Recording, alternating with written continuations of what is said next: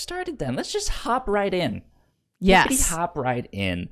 Ladies and gentlemen, welcome to episode 82 of the Whatnauts Captain's Log. My name is Kyle Springer, and I am joined, as always, by Melissa Wilkinson. Melissa, how are you doing tonight? I'm doing pretty well. How has your week been? It's been a good week. Nice. I don't have much to report. Today was hell at the office. It was just a lot of work. They're trying to get me to do some stuff that I don't like. And I'm just like, I don't understand this stuff. It is not my strong suit. Don't make me do this. You're pushing me in the wrong direction. So that's not fun. Oh. But Aw. oh well. Hmm.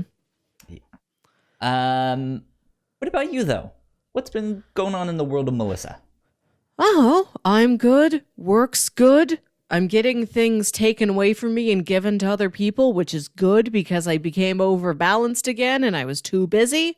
But now we're going to fix it. We're better at fixing these things when they happen now. Good. Yeah. Let's see here. Oh. I should send this to you. If I send you... Guess here, let me see. I'm trying to figure out how to get you this link. I want to send it to you in Skype because I figure that's the easiest, but that means I need to send it to myself in Discord first. Well, you want me to just open up my Discord? That's not hard. Oh, well then yeah, we can just do it in Discord. It used to be hard, but not now that I have my brand new Dell computer. Okay, let's see. Send you this link, Melissa. What is it? But here. So, today, a little bit of a different episode, kind of. We'll still be hanging out and chatting like we normally do, but last week we talked about doing kind of a Rotten Tomatoes predictions episode for movies coming out in 2020. So that's what we're going to be doing. Let's see. Paste that. Nope, that is not the thing that I need to paste in there. Why did it... Okay, copy link. Paste. There we go. Okay, Melissa, you should have that in the Captain's Log Discord channel. Okay, we're going to add these as we make them up. Yeah. Awesome. Yeah, I think so. Oh, thanks for making me pink. Yeah. I was trying to figure out how to space these a little bit better, and then I was like, you know what? I messed this all up. There's too much space, and now I have to scroll, and I don't like scrolling. I don't like spreadsheets. I do, but I don't. They're good. They're organizational. They help a ton. View only. But no, I was trying to fix it for you, but it's set to view only, so I can't. Let's see. Can edit. Done. Share. Let me just send you that link one more time and see if that works. I was not a spreadsheet person until I got to the job I'm in now, and now I can't live without spreadsheets. Like on the rare times I need to work from home because of bad weather or something like that, I tried to use Google Doc spreadsheets or the Open Office variant, and I'm like, I can't live like this. I need pure Excel only. I need the good stuff. So I bought Microsoft Office just to have real Excel. Okay. I've had to use Excel at work a couple times, but I remember back in elementary school, when we had to take a typing class and all that stuff. We had to learn Microsoft Word, we had to learn Excel, we had to learn all of that stuff. That might have been in middle school. Really, now that I think about it. But that was when I learned things that one time, and none of it stuck with me. Yeah, if you don't practice spreadsheets, you don't retain it. No, not at all. So yeah, I was trying to space these columns out a little bit more, and then I was like, oh no, now I have to scroll down the page. Go back, undo. I can't space. See, if they were doing this in Google Docs. If we were in Excel, I could figure this out. Yeah. And then I don't know all the formulas and stuff like that they do, all the fancy magic stuff. I'm that's beyond me. Here, Kyle, tell you what. I will just write them down on my Excel spreadsheet, and I'll make sure they look nice, and then I'll send them to you. Okay. Okay. Sure. Yes? Yes? I sure. Is that going to help fix the stuff on the Google Doc? Yeah. Excel is clean and uniform. Okay. I trust you. All right. In the meantime, let's kind of explain what we're up to and what we're going to be doing.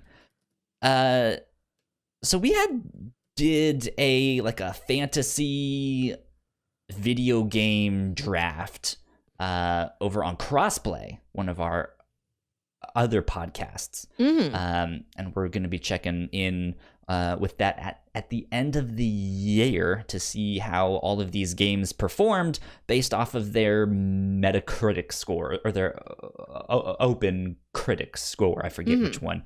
And that was fun.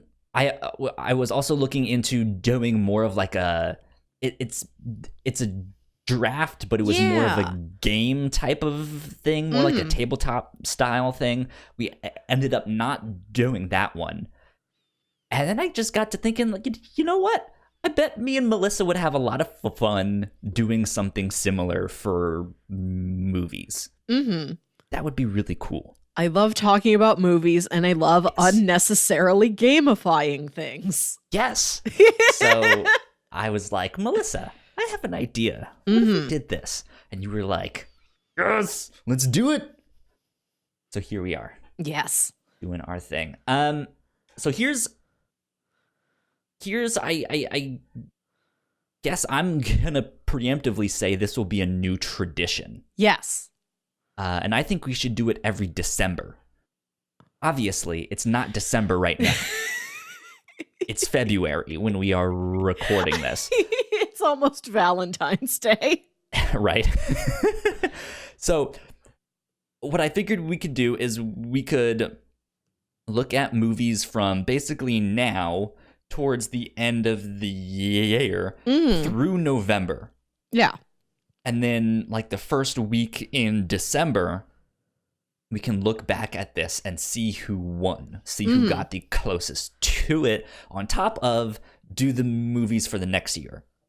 Pick 20 movies, and this can just be one of the end of the year fun things that we do, so we don't really have to think, because the end of the year is a hectic time. Yeah. Right? We don't have to prepare real content. We just go to Rotten Tomatoes, and then we are done. And say numbers. Yeah. So, do you have anything else you want to add? I want to say that this is real simple. Yeah.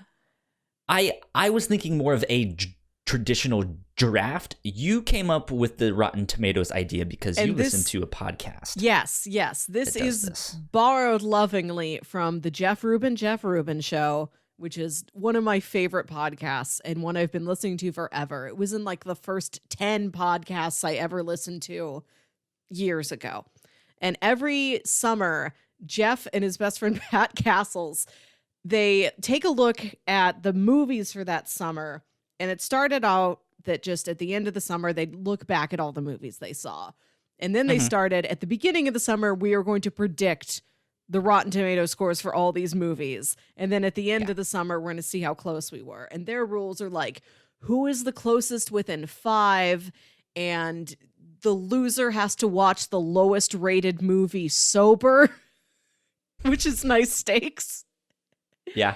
So our format is borrowed from that. I think we said instead we're just going to see whoever is closest. Yeah. I think that makes the most sense since there's only 2 of us. Yeah. Just have it be whoever gets the closest gets 1 point, and then we tally up all the points with this. And then I guess we need to come up with whoever wins gets this, or whoever loses has to do that. Yeah. We'll think on this, I think. Did you have anything we'll come ready? Up with stuff. I didn't have something off the top of my head. I mean, we could always do another pizza bet, or something. You can become like even more pizza rich, right? Or who knows? Maybe I will have to donate you a pizza from my pizza fortune.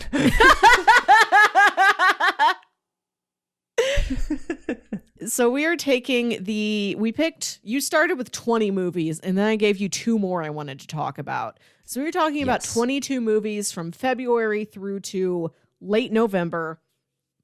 It's mostly our kind of stuff. It's mostly like genre and franchise things, but there's some interesting variety in here. And we're going to guess the Rotten Tomatoes score. And then we were also going to come up with a couple other assorted predictions, like this will make more money than this, etc. Yeah.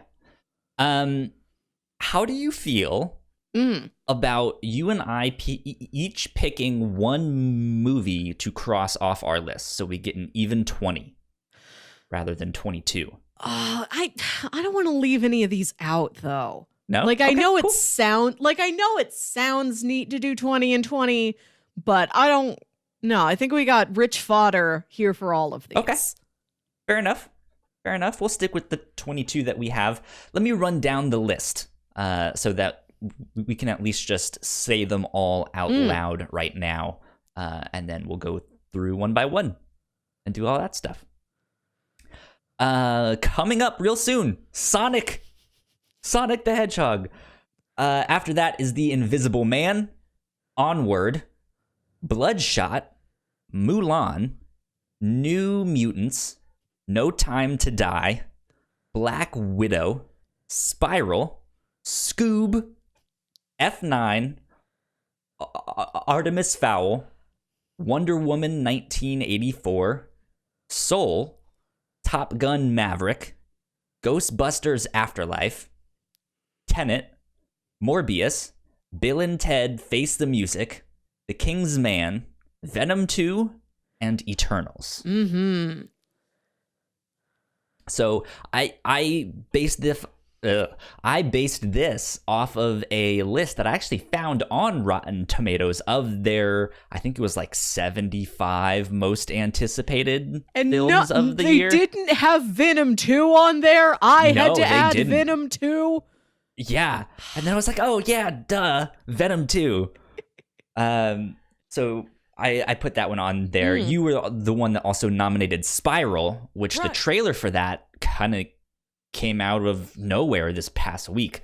That's one I didn't pay attention to because it's kind of a horror film, but I also haven't seen any of the Saw films. I have not either. I wanted to bring up Spiral because it was a movie I had not heard of until I heard the Jeff Rubin episode where they're predicting the movies for this summer. They don't always do it at the beginning of the summer. Sometimes it's way at the beginning of the year, just whenever they can get together to do it.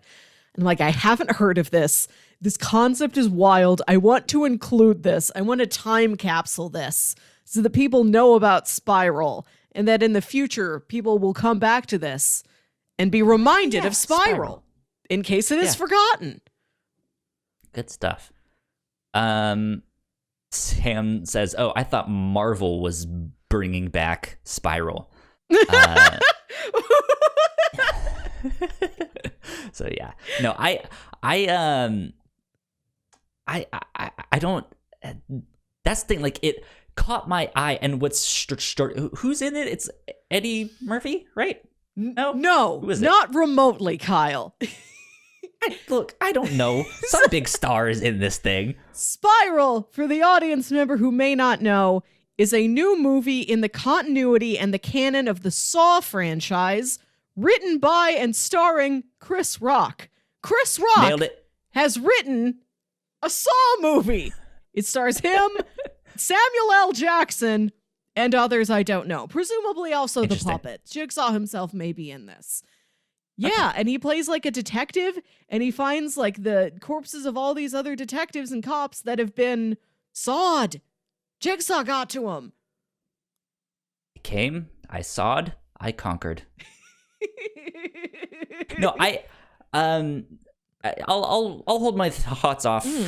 I will hold my thoughts I guess that was right. I'll hold my thoughts off until we actually get to that one. But let's dive in with Sonic. Yes. Melissa, are you planning on going to see Sonic? If somebody requests it of me, I shall be there. But it's not plans I am making independently. You don't want to spend your Valentine's Day going to see the adorable little hedgehog? Not alone. Someone will go with you. Sonic is my date. Right? Talk about speed dating, am I right? No, I don't know how I feel about this one, because I'm of two minds. Like, when they released that first trailer, I was one of the people who was like, ooh, that does not look good. And so I don't want to support that, but at the same time, so many people worked so hard to make this and to switch it, and they nailed it when they did switch it, that I kind of want to go and support that. Be like, look, I know you guys had a lot of crunch. You guys were working overtime. You guys put in a lot of work, at least just for that. Bravo. Right?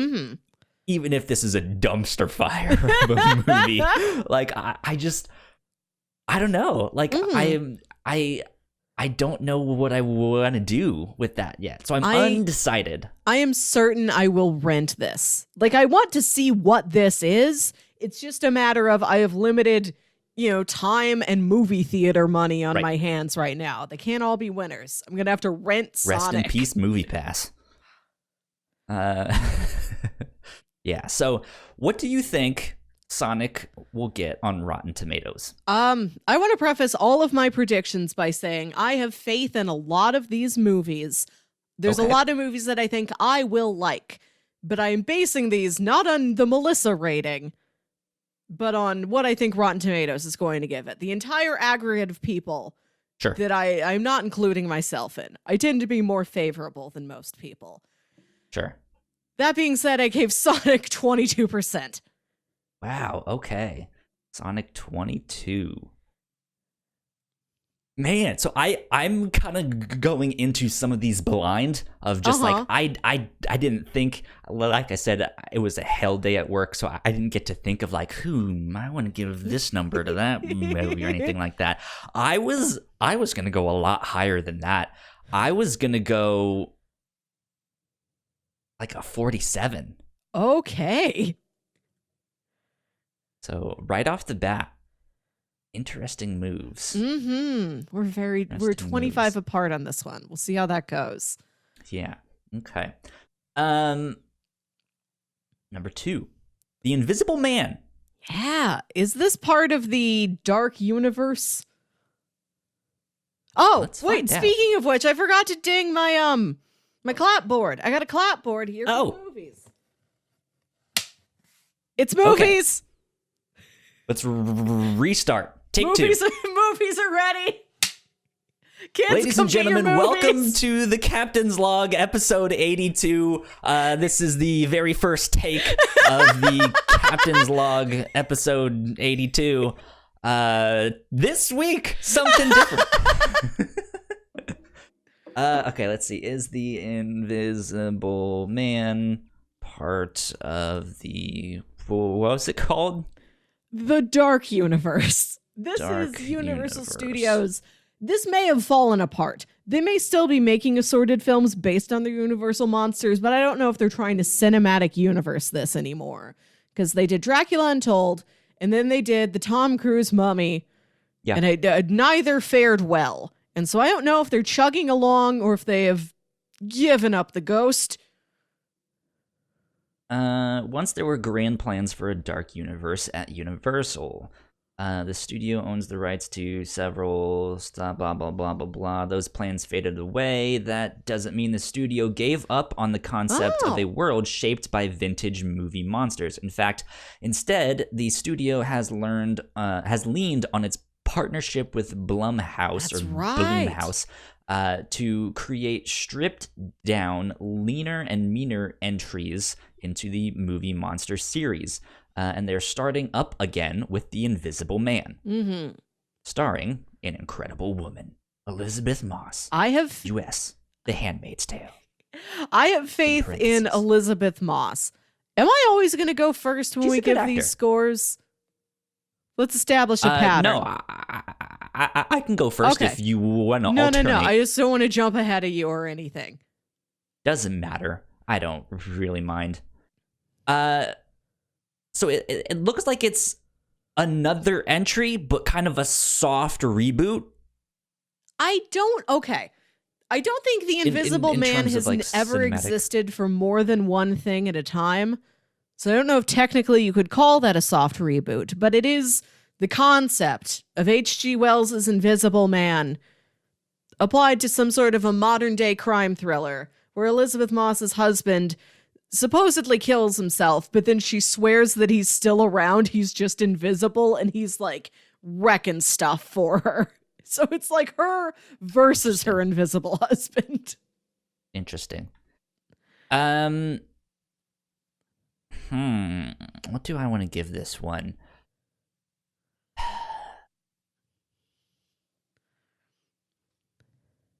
I'm going to go with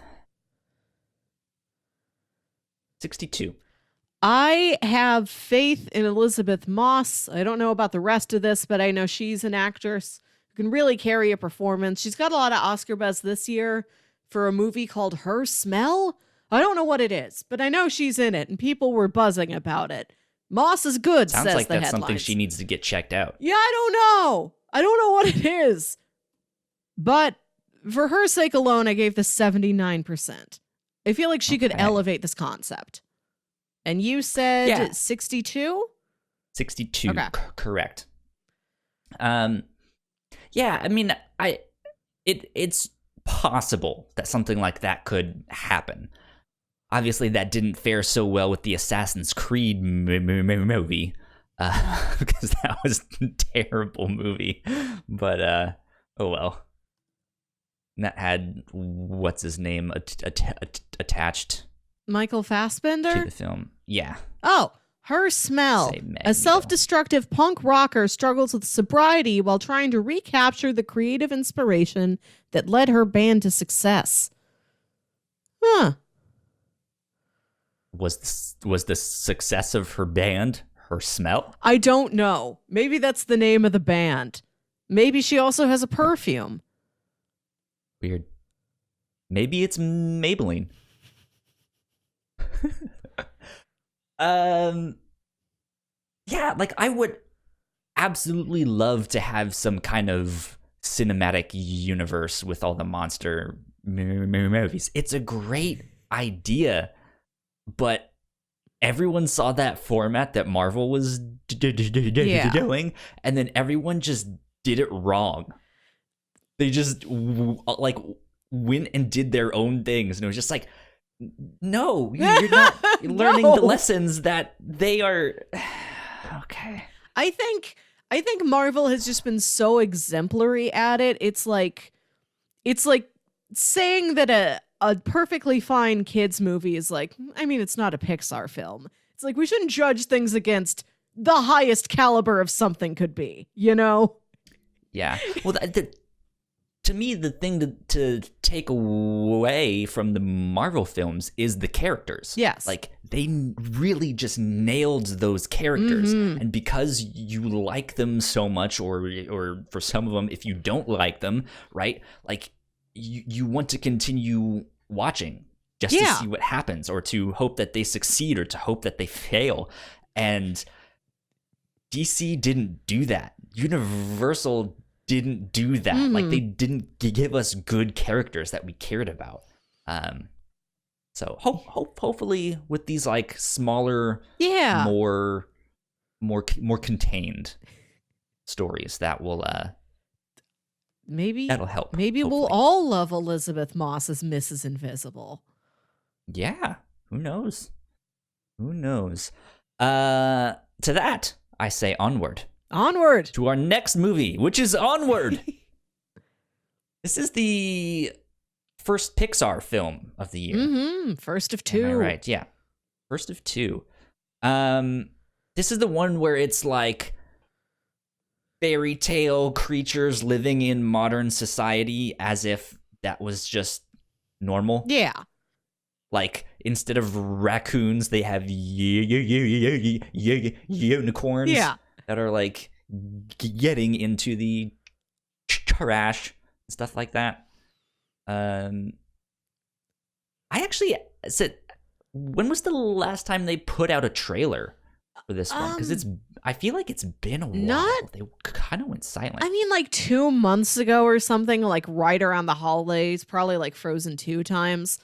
I've seen both of the trailers. This looks promising to me. Like, it looks a little odder than most Pixar films, but like in a way I dig. Like, I love fantasy stuff.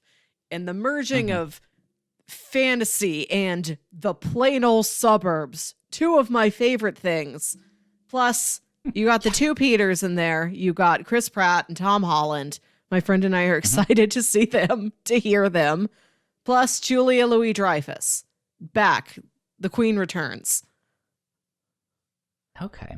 This is coming out March 6th. So it's a month away.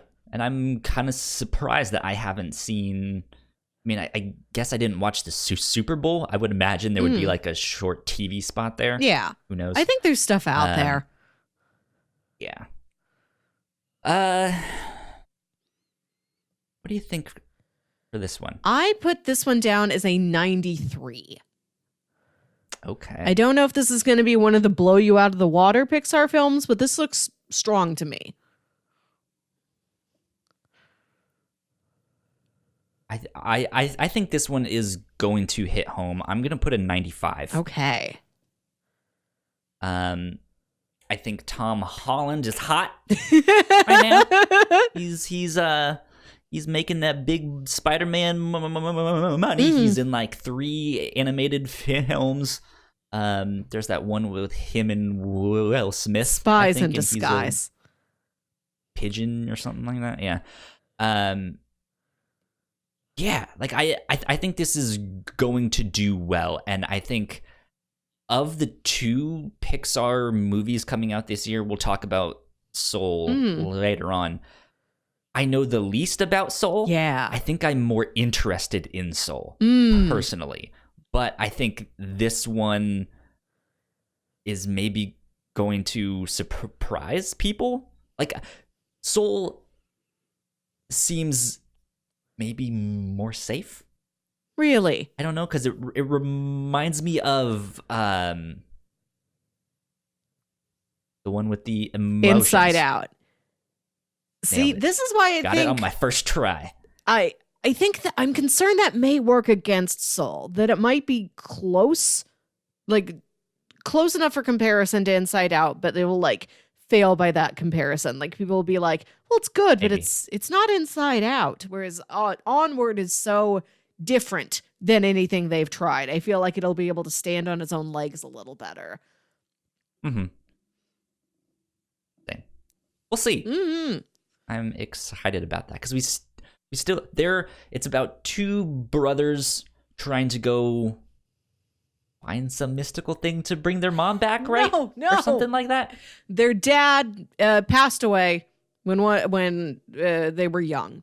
Tom Holland doesn't even remember Dad hardly.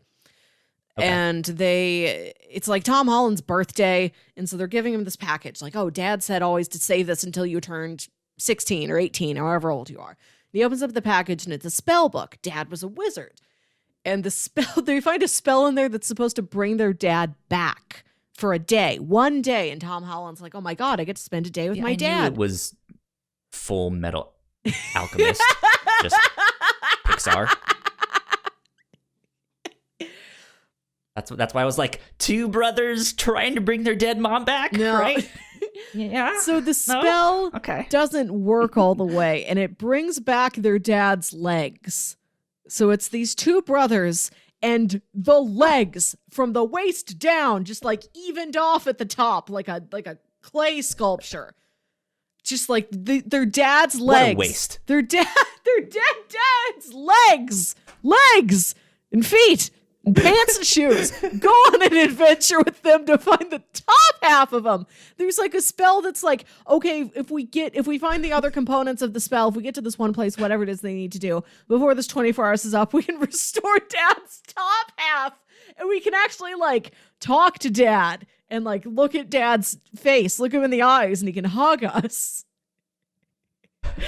I love this concept so much. I love that it is so emotional, but legs. Yeah. Okay.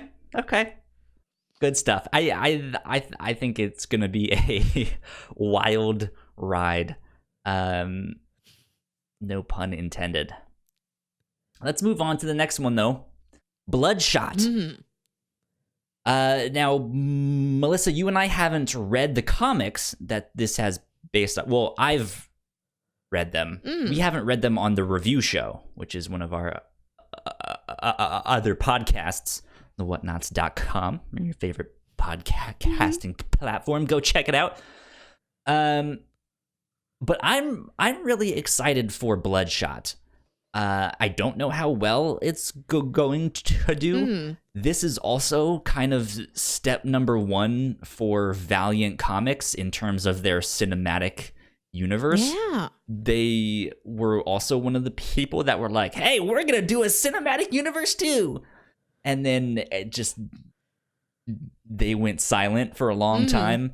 And finally in 2020, we are getting Bloodshot, led by Vin Diesel, who is maybe hit or miss on the acting skills. He can play, I think, certain roles really well. Groot, but then teen Groot, baby Groot. Yeah, he's top 3. Well, he's in the Chronicles of Riddick stuff, and I know a lot of people really like that. That has a huge cult following. And then, of course, after the Fast and Furious stuff, and now with Marvel, him being on that stuff, he can kind of do what he wants almost. Like, he has enough in his portfolio, I think, for him to get this movie launched. Because I know that he's been behind it. Like, he's been the one being like, we need to get this done. I want to play Bloodshot. Let's make this happen. I do admire that about him, that he is a giant nerd and wants to get nerd stuff made. Yeah. So I'm excited to see. This is about this guy who was a soldier, and he gets chosen by Project Rising Spirit to be the subject of their latest whatchamacallit, that like their latest experiments in nanite technology. And essentially what they do is they kind of remake his body with these nanites, so that he's indestructible. He can get blown up and his body can like regenerate and all that stuff. All he needs is protein. So sometimes there will be things he's just like, I need to go eat something, and he'll have to go like, the idea of him on the side of the road. Like he's in some like secret government briefing, just shoveling scrambled eggs into his mouth. Like, yeah, I got it. Okay, bad guy's lair is there. I'm gonna steal that truck. I'm gonna put on this disguise. All right, yeah. He's slowly cracking open a pile of hard-boiled eggs in the middle of a meeting. Whole room smells like eggs. Yeah.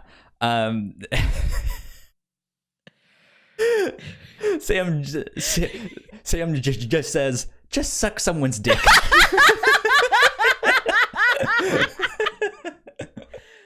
Exactly. I think that's a pretty inefficient way to receive all that protein, but do as you will. I mean, he can do a gangbang. It's up to him.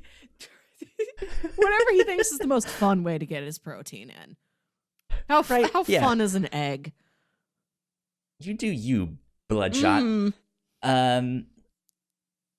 Okay, so I think I think this film is going to do okay. Yeah. I think it's going to strike a chord with people who like the comics. I think this is going to end up being a good adaptation of the comics. I don't think it's going to hit for everyone. No, I know that it's connected to this whole Valiant universe, which I've read a little bit about and which I've enjoyed. But otherwise, I look at the trailer, putting that out of my mind, and I'm like, this just seems like a kind of generic sci-fi flavored action movie. Yeah. I'm going to go with 78. I went with 40. There you go. Which again, these are not like my own sense of taste and judgment. This is what I think the general populace may think of Bloodshot. Yeah. Yeah. That's what I'm trying to think of too. I think with this one in particular, maybe my bias is showing just a bit. One thing I've learned is that Rotten Tomatoes is always lower than what I think it is. Like, let's say last year I went to go see Men in Black International. A perfectly fun, charming enough action movie. Cool sci-fi elements, really nice looking, good performances. I had a good time. I'd see it again. I think that got like a 25%. So let's see what it got. Men in Black International, Rotten Tomatoes. It got a 23%. Right? I think it's a perfectly fine film. So I'm skewing low on these. Interesting. I've learned my lesson. Interesting. Okay. Maybe I'm wildly off then with Bloodshot, but like him, I will stick to my guns. Is that another power he has? Just like real sticky hands? I mean, basically his character is what if Wolverine and the Punisher was one person. Okay. So he has the like, I don't remember my past because they like messed with my head and they rewired all of that stuff. And so I think that's what the movie is going to be, like him discovering that what he thought was his family and all that stuff is not actually real. And then him being like, okay, now I need to go get my revenge on the people that did this to me. Figure out who I am.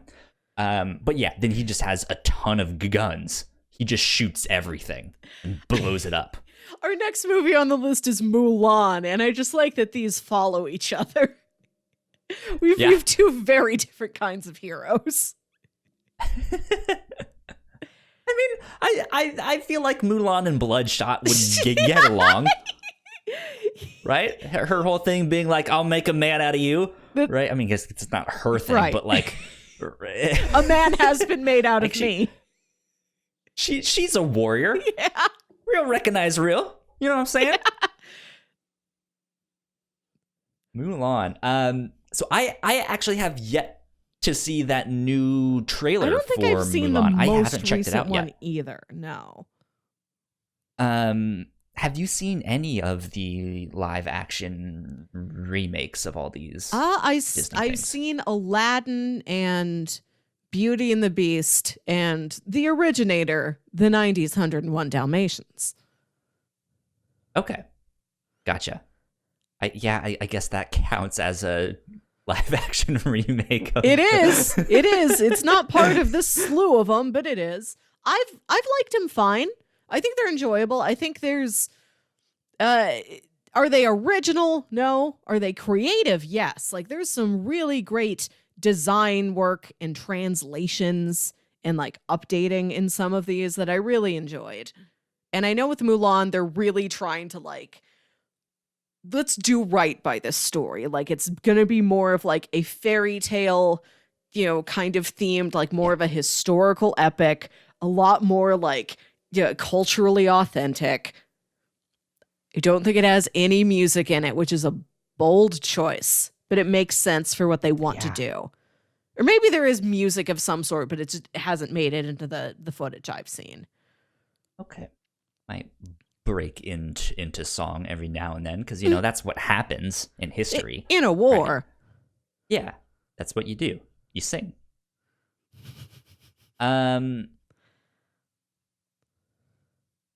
What do you think this one is gonna do? This seems fairly solid. I put this one at 72. 72. That's kind of about where I wanted to go. I'm gonna go 71. Actually. Okay. Right below you on that. Yeah, I haven't gone to see any of the live action Disney remakes, but of course I've seen the live action 101 Dalmatians one that was so long ago. Yeah, I just haven't had any interest in them. I know they do gangbusters. They make a ton of money, whether we like it or not. I just I think the originals are so classic. It's something that you don't really want to touch. Just like they're so good already. Like this is such a risk if it ends up being terrible, right? I don't think it is, because like the original versions are just as prevalent as they have always been. Like there is no erosion of the original versions. I think they've done enough of the live action remakes. I wouldn't be interested in too many more of these things, but I do kind of like them the same way I like a cover song or like a Broadway revival of a musical. Like, let me just see that same thing again reskinned. I'm kind of intrigued to see like what little creative flourishes go into it this time. If you had to pick a Disney movie that has not gotten a live action remake yet, what Disney movie would you pick? Atlantis. That's Atlantis. Yeah. That's a good one. I can't decide between Emperor's New Groove or a Goofy movie. Because those are my favorites. I would really like to see a live action Emperor's New Groove that is exactly as zany as the original one is. Yeah, that would be amazing. It'd be so funny. Emperor's New Groove and a Goofy movie are my favorite Disney films of all time, and they are incredibly underrated. They're so good. My favorite is Hunchback, which they have tried to do a Broadway musical out of. I don't think it got... Have they? It wasn't very big, but it exists out there, and supposedly that was amazing. So, like, I don't care about the movie unless you're making a movie of that musical. That's all I want. Okay. Well, that's Mulan. Melissa, the next one is New Mutants. Yes, long awaited. You've been super excited about this one for a long time. All I know about the New Mutants is from when I've listened to Jay and Miles explain the X-Men. And I always liked when they particularly specifically described the New Mutants to me. And I think this is a neat group of characters. And I've been surprised at like what a weird limbo this movie has been in for so long. And I get that it's because it's like not closely tethered to anything in continuity, it seems like. Like it's not like a direct sequel to anything. It's just sort of like floating out there as a standalone that could have ties to something else, depending on like kind of how you edit it, what other things you add on to it. Yeah. It's this movie. This doesn't seem stupendous, but this does not seem like a movie bad enough that it has been buried this many times.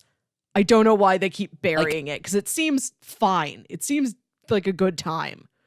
I think it got buried so many times, not because it's a bad film, but I think it just hit at the wrong time. Yeah. Just with the whole Disney buying out Fox and all of that stuff, it just got caught up in the machine. And yeah, and like the fact that it had been kind of, I mean, not shelved, but like put on hiatus or sent to reshoots multiple times, which happens in movies. But this was like notorious for like they're reshooting again and again and again.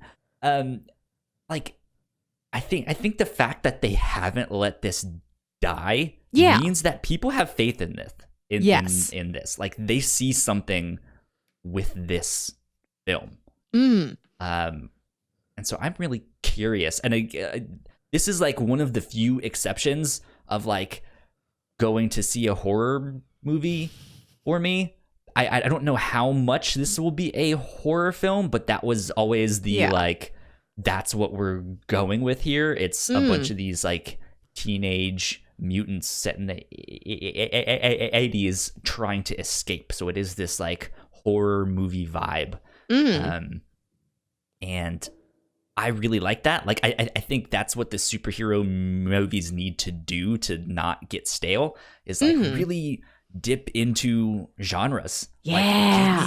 Like I'm so mad that Scott Derrickson is off Doctor Strange 2, because I wanted that to be a horror film. But if they bring Sam Raimi on, he can do the horror, and I also think he knows how to play it like just safe enough that it maintains that like broad audience that they want to keep, for which I understand, because this is a character who audiences have seen in tamer movies in the past. This is connected to a tamer world, so they want to like not lose a bunch of like 10-year-old Marvel fans and they're like 60-year-old grandmas who take them to the theater, you know? Like, I think they can do it. I think they do want it to be a horror film, but just not the brand of horror film, not the like pure capital H horror that Scott Derrickson was shooting for, which I do admire. I would love to see that. But I also really want to see this slightly more like like a solid PG-13 whole family could get in on it Sam Raimi spooky Doctor Strange movie. As excited as I am for New Mutants, I think it's gonna do around a 65. I put 60. We're pretty close on that one. Okay. 60. Here we go. We might have to speed things up here a little bit. We've been talking a bunch on all of these. All right, I guess there's certain ones that we can speed up on. Like, I think we have talked about It's No Time to Die, which we have talked about a lot, and we will talk about more. So I'll just come in here and say I put this at a 92. 92. Interesting. Okay. I was going to go low 80s. I'm going to go 81 on No Time to Die.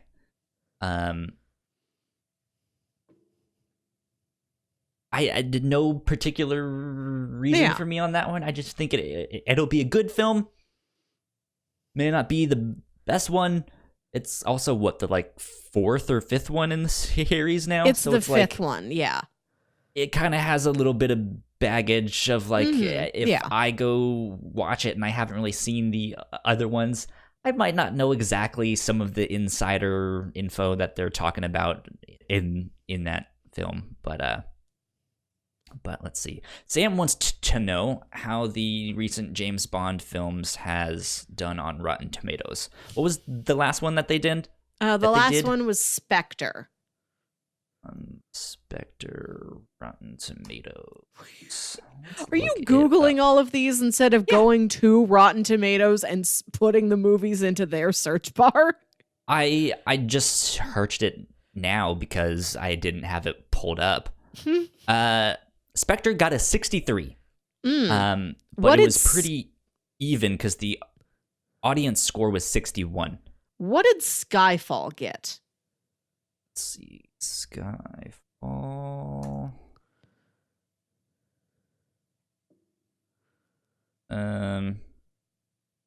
What? See, this is why I didn't. Back up. I saw it. There it is. Skyfall got a 92. Mm-hmm. And the audience score was an 86. Really? Okay, I can see that. Man, I might even up mine since this looks better than Skyfall. I say this loving Skyfall. Can I up mine slightly? Yeah. I'm going to go up to a 93, which isn't that much of an advancement. But One whole point. Like, this looks good to me. This looks very good to me. But I also know this is a movie that has gone through several generations. It's closing out the Daniel Craig Bond arc. So it might have, like you said, it kind of has a baggage with it. And it's going to have, like, a lot of things it needs to accomplish. So I think it'll be good. But I think it will also have its awkward points. Okay. Good to know. Good to know. Black Widow. Moving on to that one. I think this is maybe the first of the films in 2020 that I'm like, this is one of my most anticipated ones. Like, I want to see Bloodshot, but it's gonna be one of those ones. Like, I'm sure it's not gonna do gangbusters, you know. Black Widow, I'm really curious about, because this is, I guess, besides Spider-Man, this is like the first one after Endgame. Yes. So I don't know what, like, I'm excited to see what they do. Like, what are they gonna do next? Is the end credit scene gonna be like, oh my god, it's Galactus? This is technically the first film of Phase 4. You're right. Yeah. Spider-Man Far From Home closed out Phase 3. Right. So this So will... I'm excited. Yeah, I am curious how much of this is set up and how much of it is just, here's a fun adventure starring a beloved character that has some connections to larger things, but is less of, like, you know, a mechanism designed to propel the engine forward. Yeah. I'm gonna go 79 on that one. I gave this one a 90. Oh, okay. There you go. Okay. We already mentioned it some, and now by this time I forgot what I was gonna say about it when I was like, I'll hold my thoughts off until later on. Yeah, what are they? Look, it's a mystery. Oh. It's a mystery to me. Well, so, Detective Chris Rock is going to have to solve this. Yeah. The one thing I'm wondering, because like I haven't seen the Saw films. I've had people try to explain them to me many years ago, and I just didn't care.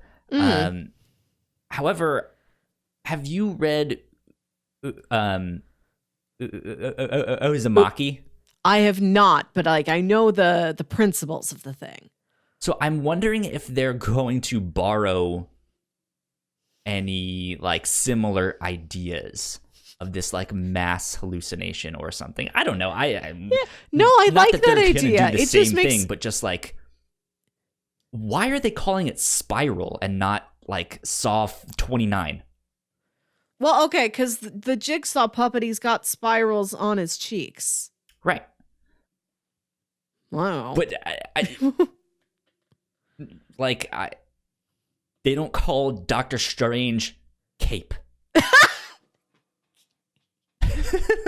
Like it's just like, what? Why wouldn't you just call it Doctor Strange? Just I would love if there's a new Thor movie years from now featuring a new Thor and it's just called Hammer. Breastplate.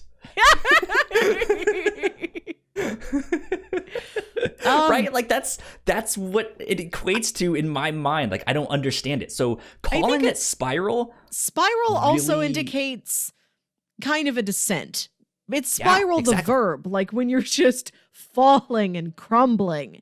And maybe that's what happens to Detective Chris Rock. Maybe he's got like the big conspiracy board and he's fallen into this thing and they're like, you know, Detective Chris Rock, this can't be an evil clown puppet. And he's like, it's an evil clown puppet. I know what I'm talking about. Yeah. I mean, that's what happens in Uzumaki is like things just, no pun intended, literally spiral out of control as people start getting like just enamored and obsessed with the symbol of a spiral and what that means and what it does to their life, their personality, all of that stuff, to the town too, right? Like there's a lot of stuff there. Sam says, I think Spiral's the 9th movie, but 32 is good also. So apparently still more Land Before Time films than there are Saw films. So, what did you want to give Spiral? I gave it an 88. What are you thinking? 88. Which is high. I might go 66 for the Spirals. I don't know. This looks like... I trust Chris Rock. This is such a weird turn for him to make. I'm like, you wouldn't do this unless you've got a real good roadmap. Yeah. Moving on to another horror mystery. It's Scoob. Hey there, Scoob. It's a haunted clown. I'm Shaggy. This is what he's always sounded like. So I remember when the trailer for this came out a couple months ago, and I was like, this actually looks really good.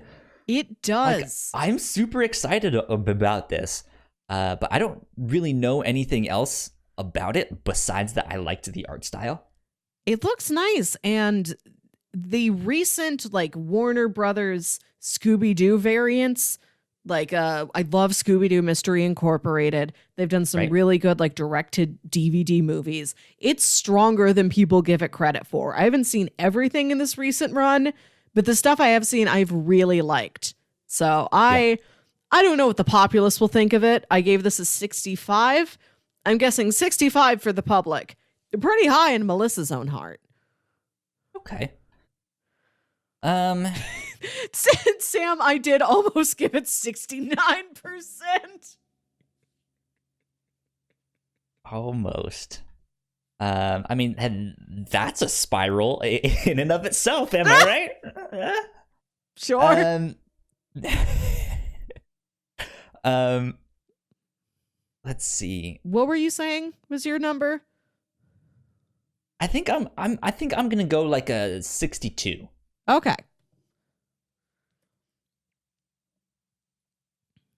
Okay, moving on. F9. We just saw the trailer for this last week. We were talking about it. I haven't kept up with the Fast and the Furious franchise since Tokyo Drift, but I am back in. I need to go watch all of these films because this one looks ridiculous. I mean, they've all kind of been ridiculous, but this one just looks so wild. And I think this franchise has built up so much goodwill that I think people just know that these are going to be bonkers and they're just going to go have a good time. So I'm going to give this one I want to say an 83. I gave it a 66. 66. Okay. Yeah, I'm back in. This is just, they have so much fun. Like how can you not like fun? Okay. The long-awaited Artemis Fowl. The most anticipated movie of my life. I've been waiting for this since I was 10 years old. Dude. I'm rereading all of the books right now. I'm about to finish book 2 tonight. I love these things so much, but I have no idea what kind of film this is going to make. I think it's going to be at least good, but I don't know what people are going to think of this thing. I remember when that first book came out and it had this like code running along the bottom of the page, and it was like, crack the code and win some contest, and maybe you'll win an appearance in the Artemis Fowl movie. And that was what, like 2002? Yeah, something like that. 2001 maybe, like early. Like I was 10 when I got in it. I was 10 years old reading those words. I'm closing up on 30. This was like one of those young adult book series that was kind of coming out in and around the same time that Harry Potter was. So a lot of people didn't pay attention to it because it was coming out at that same time. But it was really good. Like, like, if you've not read these books and you just want like a good adventure story with like fantasy elements and action and some like crime stuff going on, this is it. And it's funny. Yeah, like, they are really funny. Yeah. It's great stuff. But I remember us talking about this film last year because the film was supposed to come out last year. It was supposed to come out in August. August, I think, and they released a trailer in December 2018. Like, that's the episode when we are talking about this trailer. That's how long it's been. And then somewhere along the way, it was like, we delayed this movie an entire year. Like, we're gonna delay this thing. So and wasn't it because of some like business thing? Like, Disney had since they had acquired Fox, they had there was paperwork drawn up of we have to release these movies in this time frame, and they had to push something, and Artemis Fowl, that's the one that had bureaucratic wiggle room to push it another season. Huh. Okay. Interesting. Sam says, I'm a bit leery of this one because I learned the author thinks rather poorly of pagans, even though he literally inspired a generation of Hellenic pagans. I don't know anything about that. I haven't done any research on that stuff. I have good childhood memories of those books. What do you want to give Artemis Fowl, Melissa? I have no idea what people are going to think about this thing, and I'm trying not to let my own interest in it sway me. Right. So I set it just as a plain down the middle 50. Okay. I'm thinking around the same, unfortunately. I hope it's good. I'm going to go with 53. Okay. Coming up next, Wonder Woman 1984. I'm super excited for this film. I really liked the first one at the time when that first one came out. That was the best DC film. Yeah. I know there was a lot of people out there that still didn't really like it or do all that stuff, and that's understandable. I think it was just in comparison to everything else that DC had been making, this is a huge step up. Keep at it. Give her a second movie. Yeah. And they did, and so I really hope this one knocks it out of the park. Because I think because of the success of the first one, I think this one will do good. So I'm gonna go with an 88 on that one. I went for the obvious and put down 84. I was like, how is that obvious? And I'm also hearing really, really good things about Birds of Prey. Oh, neat. Yeah.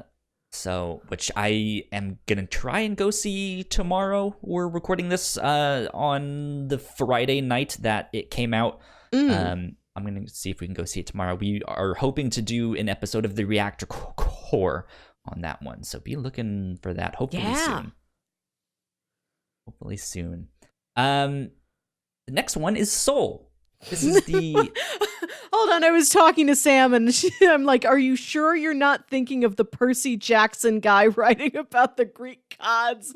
And she's like, oh shit, you're right.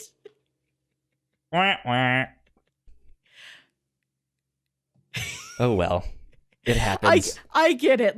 All of the early to mid 2000s young adult literature does kind of meld together. Rick Riordan and Owen Colfer are one man. Sure. Yeah, and then there's what's his name, Lemony Snicket in there. Yeah, and him J.K. Rowling Christopher says whatever she wants. Paolini. Twitter. Yeah. Okay. It's just an amalgamated Hydra with several heads. Cut off one head, two more grow back.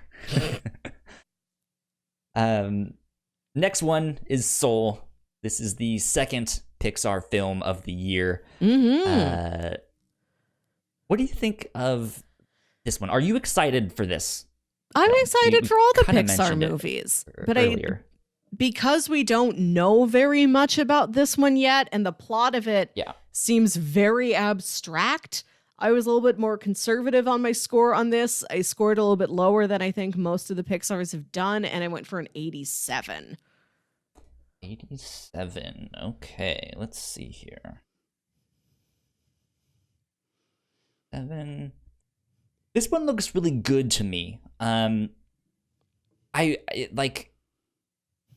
We all know even like the worst of Pixar films are still really good. Mm-hmm. I happen to rather enjoy The Good Dinosaur. It's weird, but I don't dislike it. Yeah. It's weird. I don't need to watch it again. Yeah. But, it was good, though. I think this will end up being kind of one of those things, but I think they are going to try something new. Especially since this is more of a story about music. I'm wondering if they're going to incorporate that a lot more and make this more of a musical. Which would be really neat to see them kind of go off in that direction. But I don't know how well it's going to do with audiences. I'm going to give it 80. Okay. Top Gun Maverick. In a world where Top Gun exists, where Tom Cruise played volleyball, no shirt on the beach. As many have. I think if you try to play volleyball with a shirt on, like you get a whistle blown at you, you were handed a red card. I'm not a huge fan of Top Gun. I could really care less about this one. I think this is just one of those nostalgia grabs. I don't think this is going to do super well. I'm going to give this one a 62. I gave this one a 79. I rated it a little bit higher because the Mission Impossible movies have been so good. And I know Tom Cruise has got a decent creative hand in those. And I think Top Gun Maverick may have some of the same quality of like, this is just technically a tremendous feat. And I think that'll buy it like a lot of good credit. That's fair. Maybe the plot will be nonsense. Maybe the characters will be cardboard. But I am certain that this will be a great movie to look at and to watch a lot of behind the scenes DVD featurettes about. Don't you want to watch cardboard pilots flying airplanes? I mean, I've already watched, so blown up plastic pilots fly airplanes. Cardboard's next. Oddly enough, Melissa, this was a, what did you give it? 60 something? 62. 62. You said 79. Oddly enough, this next film, Ghostbusters Afterlife, I'm interested in that one. Yes. I think it's also a nostalgia play, but it's hitting a weird thing, right? Because we had the Ghostbusters film from a couple years ago that was the like all-female one that this film is just completely ignoring. That film it's making it no longer canon. I don't think that's true. I think so. There's the first two Ghostbusters; those are a canon. Ghostbusters 2016 is like a separate thing where the previous two Ghostbusters movies don't exist. So this is continuing on the first two Ghostbusters. Like it has nothing to do with Ghostbusters 2016. Like I don't think it's erasing it. Yeah, it was not included to begin with. But I mean, I guess I never went and saw it, so I don't know how it did connect to the original ones. But that's what I mean by like it's kind of just ignoring the 2016 like if that was the timeline, they're kind of just being like, let's go off this way instead. I think this direct sequel to the first two Ghostbusters has been in various stages of development for a long time, so I don't think this is done in opposition to the 2016 Ghostbusters. I think at some point this split, like the production split, and it's like, we're going to try a continuation and we're going to try a reboot. And the reboot got off the ground first, and now we're getting the continuation, but it's just like, it's the one that arrived next. Like, it's not a reaction to Ghostbusters 2016. Yeah. I also think it might end up doing fairly middling because with the popularity of Stranger Things and we're starting to get a trope of just like, hey, it's the like sci-fi horror thing going on with a group of kids. And Finn Wolfhard, or whatever his name is. The boy picked a brand and stuck to it. You kind of got to admire it. He's like, I like this. More of this, please. I mean, hey, it's working out for him, and he's doing well at it. Like, he's not bad, but it's just like, yeah, I don't know. I'm gonna go 69. I gave this an 81. I think because this is Jason Reitman stepping into his father's footsteps after Ivan Reitman directed those first two Ghostbusters movies. I think this is going to be something very personal, very deliberate, and very nuanced. I think there's going to be like a lot of layers to this film. Okay. Yeah, I mean, that's why personally I'm interested in that one, because it looks like they are doing right by the Ghostbusters franchise. Yeah. Next up, Tenet. Tenet. I am very excited for this one. I am too. I didn't even watch that trailer. I saw clips, and I was just like, I'm sold. Sign me up. Yep. Like, I have watched everything, but also, like, I didn't need to. You could have given me the log line, and that also would have completely bought me. I just like trailers. Yeah. I'm going to give that one a 94. This one I'm giving a 95. Yeah, sounds about right to me.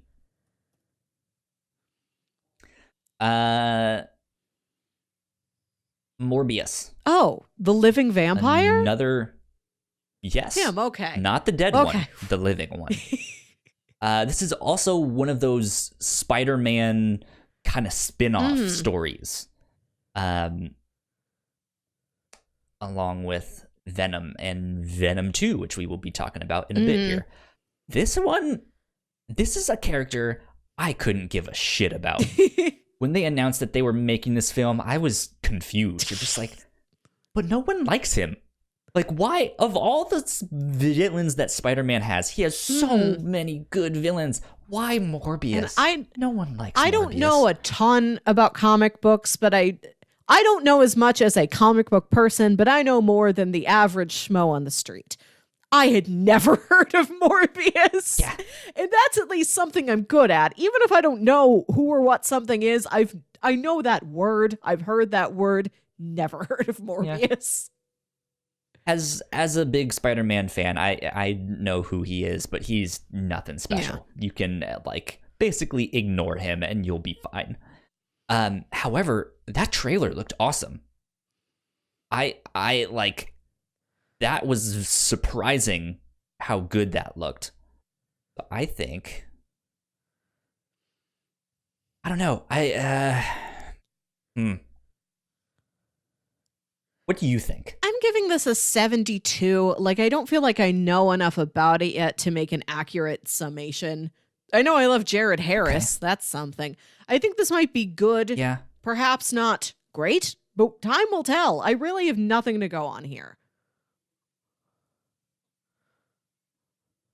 I'm going to go a little bit higher. I'm going to go 78. Okay.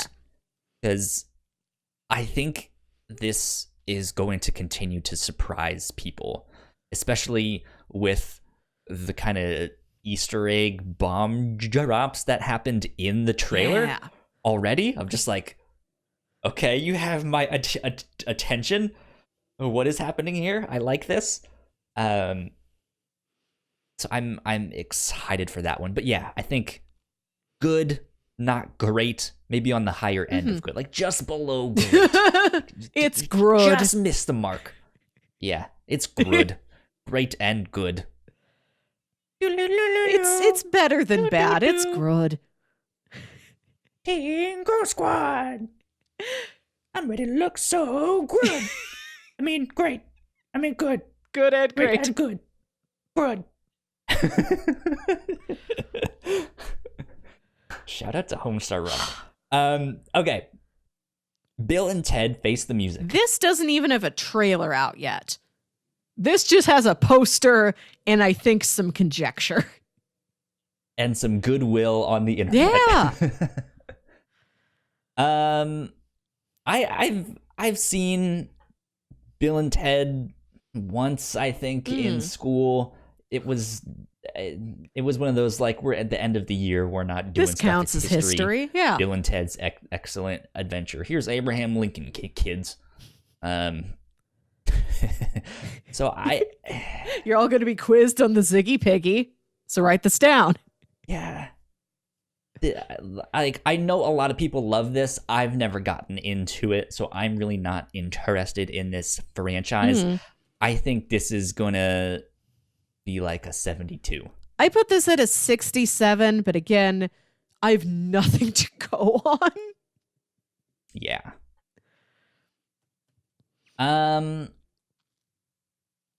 What about The King's Man?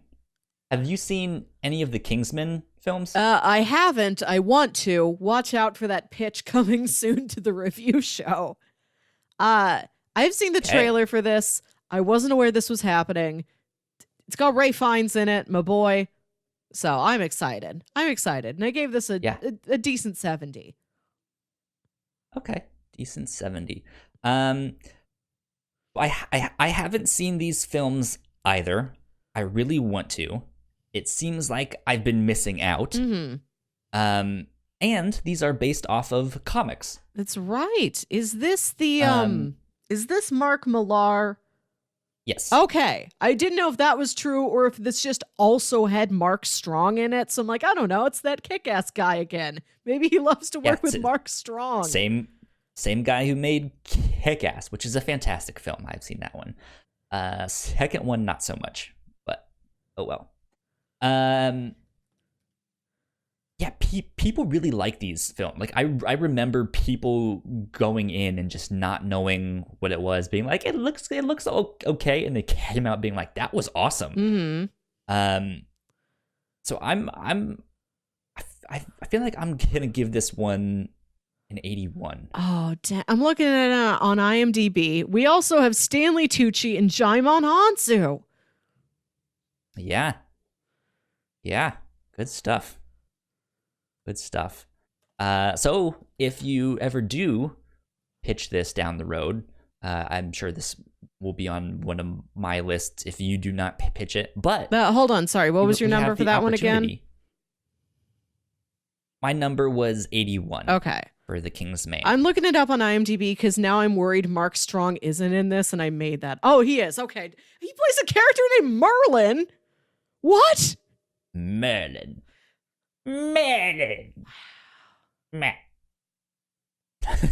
Mark Hamill's in this.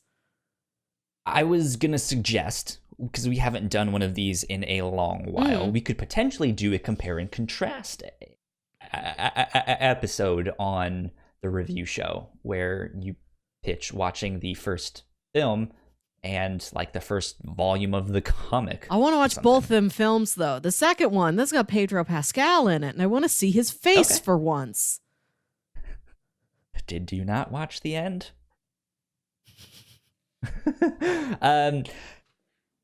Okay. I want to see his face for twice. Okay, you've got me. Venom 2 is next. I haven't seen the first one. I thought it was gonna do terrible. I thought it looked awful. That like looked stupid.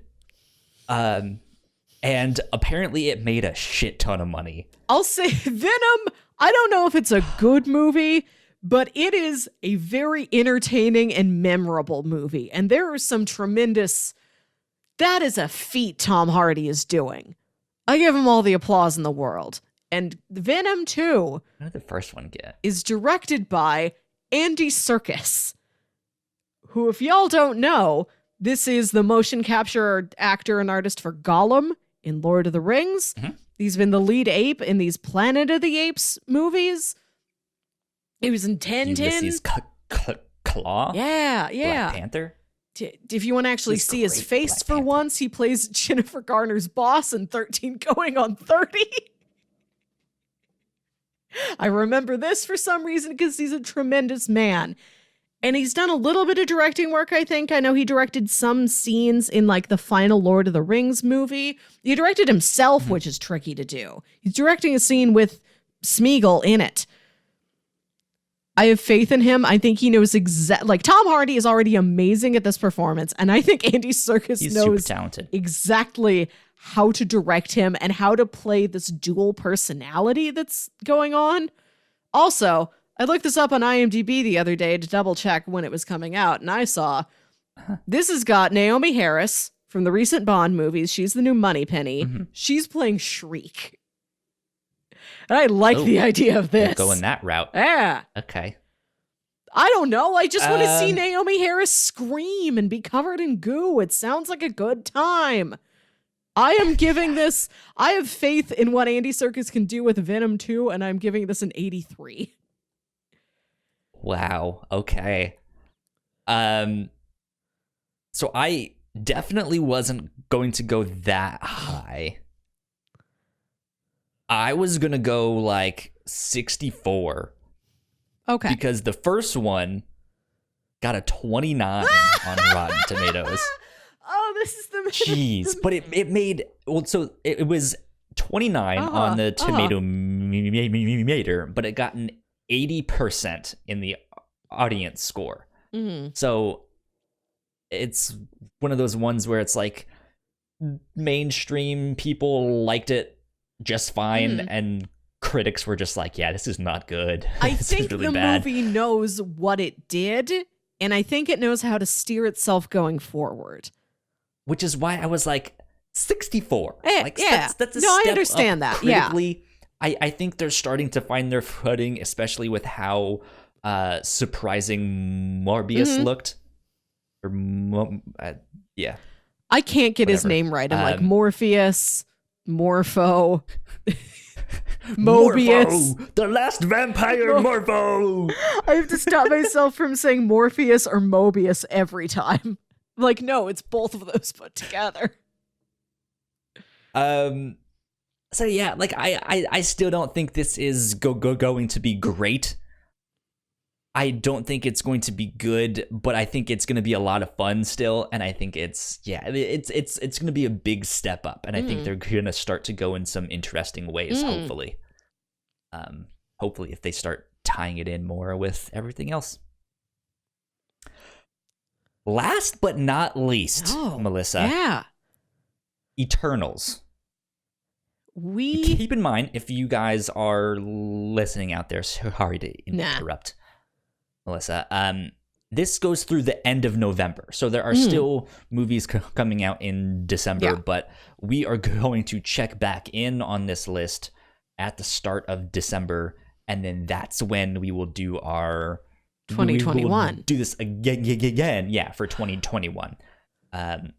So that's why I only went to there, and then we'll hopefully keep doing it every December for the next 40 years. Until there is, as long as there is films, there are no more movies. We're gonna be there. Yeah. So, as much as I'm excited about Black Widow being the first like Phase 4 Marvel film, and just not knowing what they're gonna do with it, I don't know if it's really going to be the one that will shake things up, or that will really, like, it might do the thing that Iron Man did, where at the end it had like a mention of something, and that's it. I think besides that, it's going to be a fairly known quantity. It's going to be a spy thriller. There's going to be some big twists because that's the kind of spy espionage stuff, along with Taskmaster, who can like take other people's moves and do them after only seeing them once. So maybe he's acting as someone. Who knows? I don't know. I don't know what's happening there. But this is the one that I think is just completely unknown. Yes. I don't know who the Eternals are. As a comic book fan, I don't know who they are. And to see them like putting stuff back out there, it was just like, hey, you can buy the Eternals graphic novel, and I was just like, that was from like 10 years ago. No one's heard of this. No one's gonna buy that. But yeah. So, anyways, what are you thinking of this one? Because I don't know what to think of this one. This is such a mystery, but it's a mystery I'm excited about. They've got a really solid cast. It's such a long spanning, a little abstract narrative about these like eternal gods looking down on Earth and all of existence, and just how they're processing this and where they came from and how they think and where they're going and what their relationships to each other are. This seems weird but good. I have faith in this one, and I am putting this one at a 92. It's got a little bit of an air of prestige around it, I think. Yeah. It's an interesting cast as well.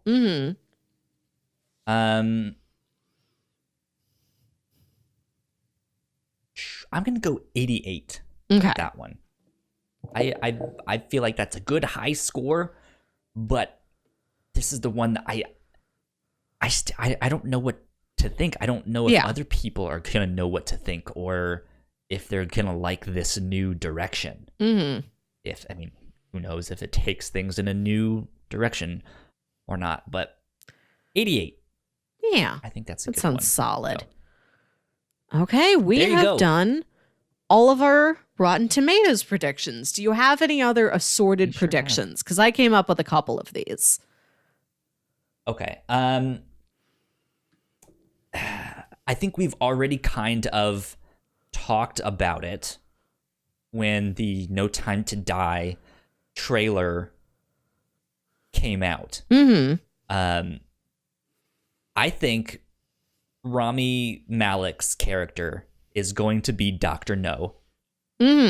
However, I'm going to take it one step further. What if Bond dies? I think Bond is going to die. I think Daniel Craig, because this is his last film as James Bond, right? What if they put Dr. No in there because of his famous or that famous exchange of like, well, what do you want me like do you want me to do something? He's like, no, Mr. Bond, I expect you to die. And I think this one will. What if he outlives Bond and he's like, I didn't really mean it, buddy. I didn't really expect you to die.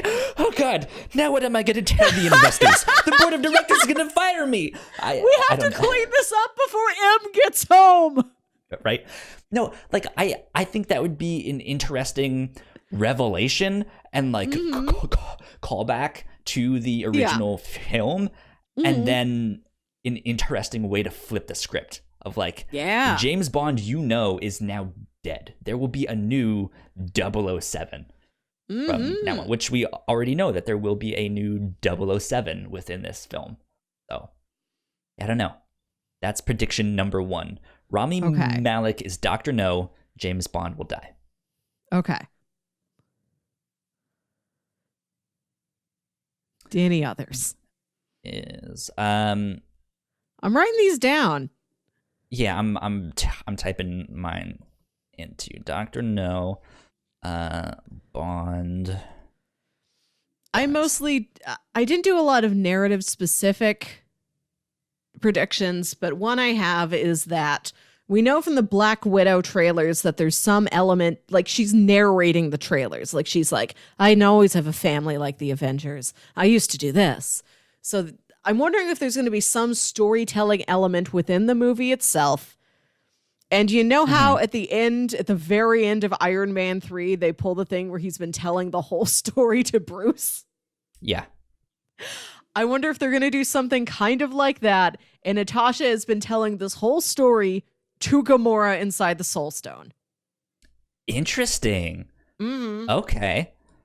Let's see. Natasha and Gamora have a girls' night.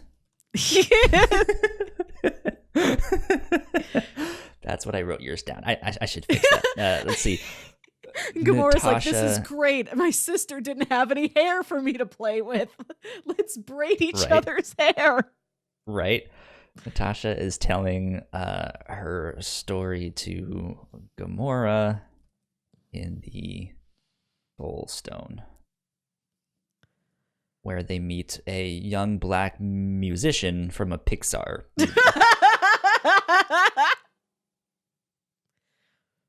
movie. Okay. Interesting. That's a good one. How much money did Venom make? Let's see. How much more than money I'll ever see did Venom make globally? Venom box office. That's an article. I don't. Just give me a number. Cool.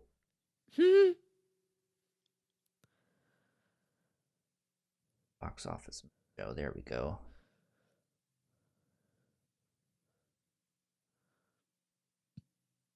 International. So worldwide, it made 856 million. Heck.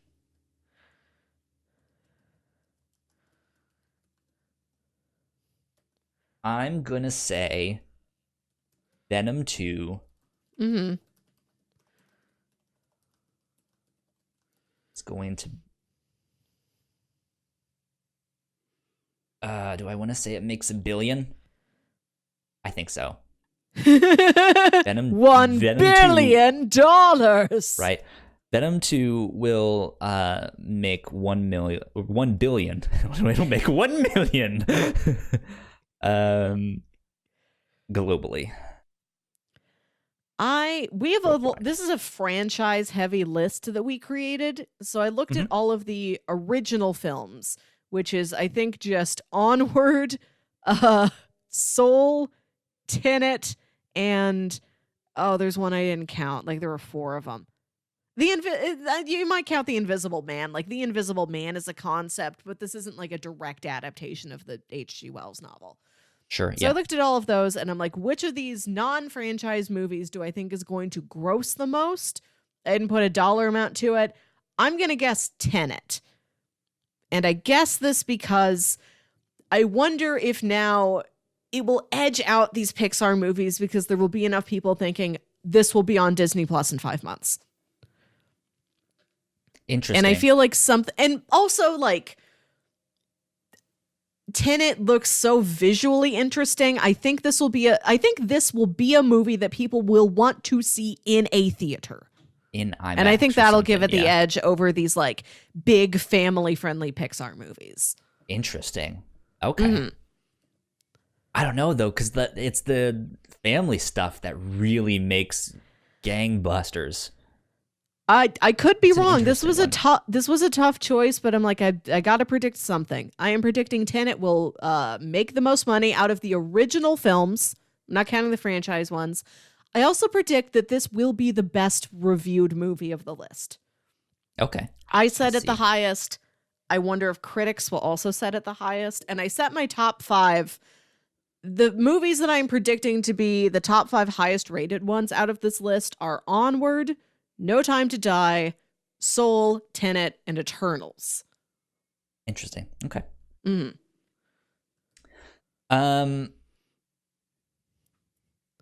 I am going to predict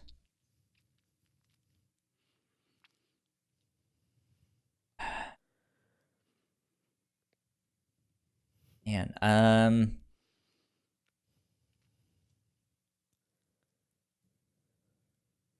this is not video game, so I can't be like, I think Spiral is gonna get delayed.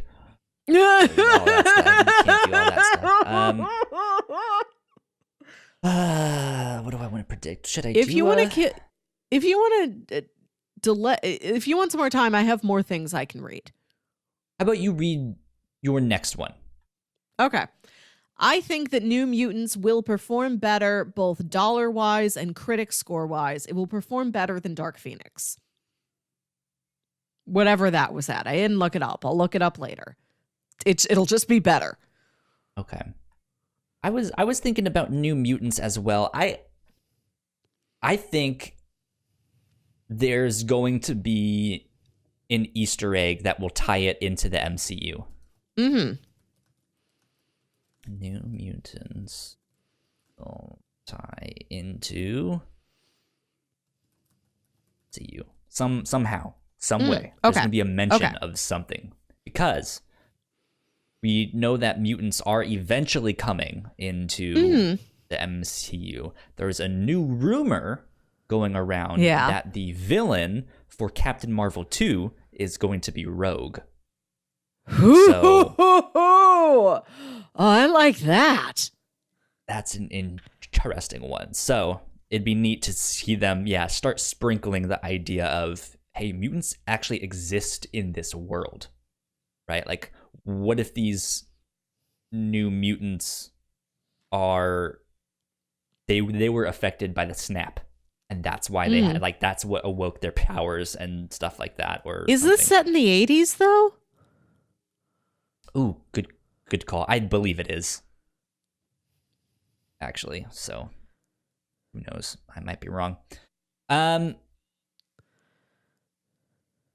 many of these predictions do you want to do? Right now we're at 3 each. Ooh, I made a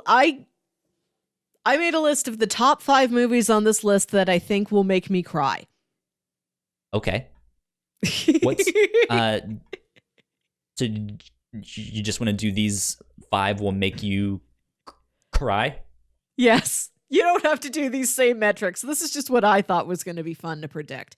Okay. I predict that my own personal tearjerkers will be Black Widow, Scoob, Artemis Fowl, Wonder Woman 1984, and Ghostbusters Afterlife. Can you read those once more? Black Widow, Scoob, Artemis Fowl, okay, Wonder Woman 1984, and Ghostbusters Afterlife.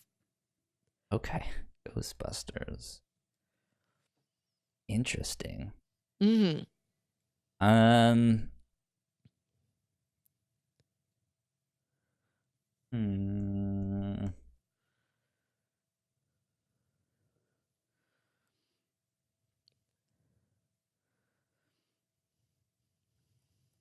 Oh, man.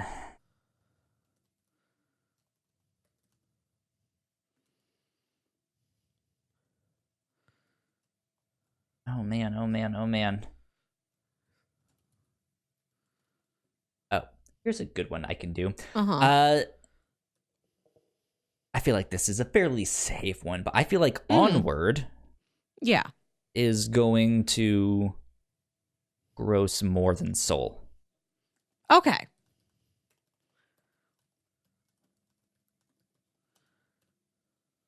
Do you want to do one more? I think that No Time to Die. Yeah, I think that No Time to Die will be the new highest grossing Bond movie. I believe that is currently Skyfall, unless it's one of the older ones if you adjust it for inflation. I don't know. But within the Craig era, Skyfall has made the most money. I think No Time to Die will beat that. Okay. And I'm saying worldwide. I didn't say that, but we'll specify worldwide. Sure. Worldwide. Go.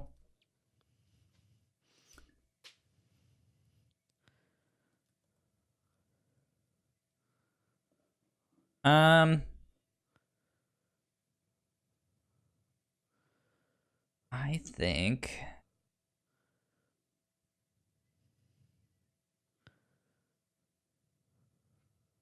Oh boy.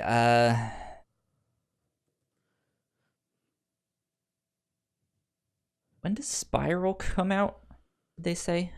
Yeah. Oh, I think this one is like a May. Okay, so we're not gonna. Let me look it up. I was thinking they might announce a sequel before the end of the year to Spiral. It is May 15th, 2020. That might not be enough time for them to announce a sequel. Mm-hmm. I'll put it on my list anyways. A sequel to Spiral will be announced before the end of the year. Okay. Actually, let me say a sequel or spin-off, like some other movie within the Saw. Spin-off of a spin-off. Yeah, a Spiral off.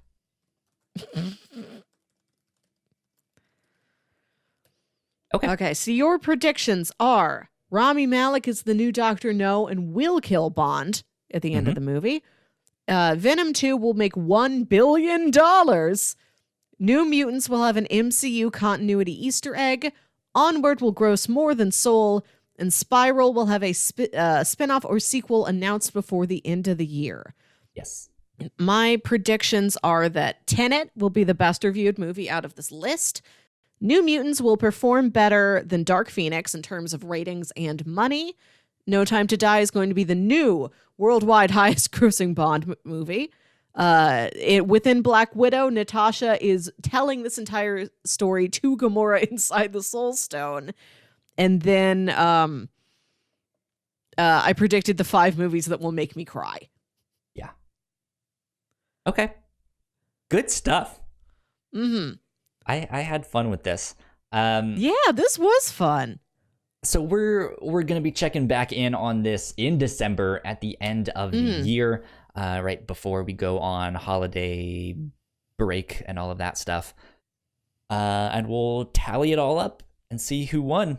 And then we'll do the movies for next year. Yeah, that maybe we'll fun. Yeah, we'll have to figure out how we're going to do our score tallies and then also work in these predictions if those are just going to count for the same point value. Yeah. We'll argue about it then. How about that? I'm that? sure it we could will be like bicker. You get a 0.5 or that's more like a 0.7 on that one. Yeah, like if New Mutants makes more money than Dark Phoenix but doesn't do as well critically, maybe I get a half point. We will debate. Maybe. We'll see. Okay. Melissa, where can the people find you on the interwebs? Yep, we are done now, folks. It's been a long one. Thank you for joining us on this ride. Sorry, we have no other content this week. No, this is great content. This is plenty of content. It's a lot of content. We do not have variable content. It's cool. Yeah. You don't care about our weeks. Kyle, did you eat a pizza this week? Not yet. I'm planning to tomorrow. Okay. Pizza Lord news update. You can find we're done. We fulfilled it. You can find me on Twitter and Instagram at WilkyWit. That's WILKYWIT. And you can find me at Kyle Springer on Twitter and Instagram. If you guys want to stay up to date with our shows on Twitter, we are at The Whatnauts. Go check out our website, thewhatnauts.com, or your podcasting platform of choice to find all of our shows. All you have to do is type in The Whatnauts, and all of our shows will pop up right there. If you like what we do, come help us out. Come support us. Patreon.com/thewhatnauts is where you can throw us some of your pocket change for as little as $1 a month. Look at all these movies we want to go see in the theaters this year. You could sponsor for pennies a day. Exactly. You could sponsor 2 29-year-olds to go to the movies. By the way, Sam says Sunday is National Pizza Day, so I should eat pizza on Sunday. So there you go. I will report back next week for a holiday celebrating me, Pizza Lord.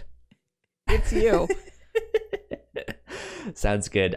We will be back next week. This has been episode 82. Wait, is that right? 81 or That's what you 82. said earlier, at least. It's 82. Either you're right or you've been wrong twice. Yeah, who knows? This has been episode 82 of the Whatnauts Captain's Log. We will see you guys next week. Bye. That's a wrap. Cut print. Thank you for checking out our podcast. We hope you enjoyed it.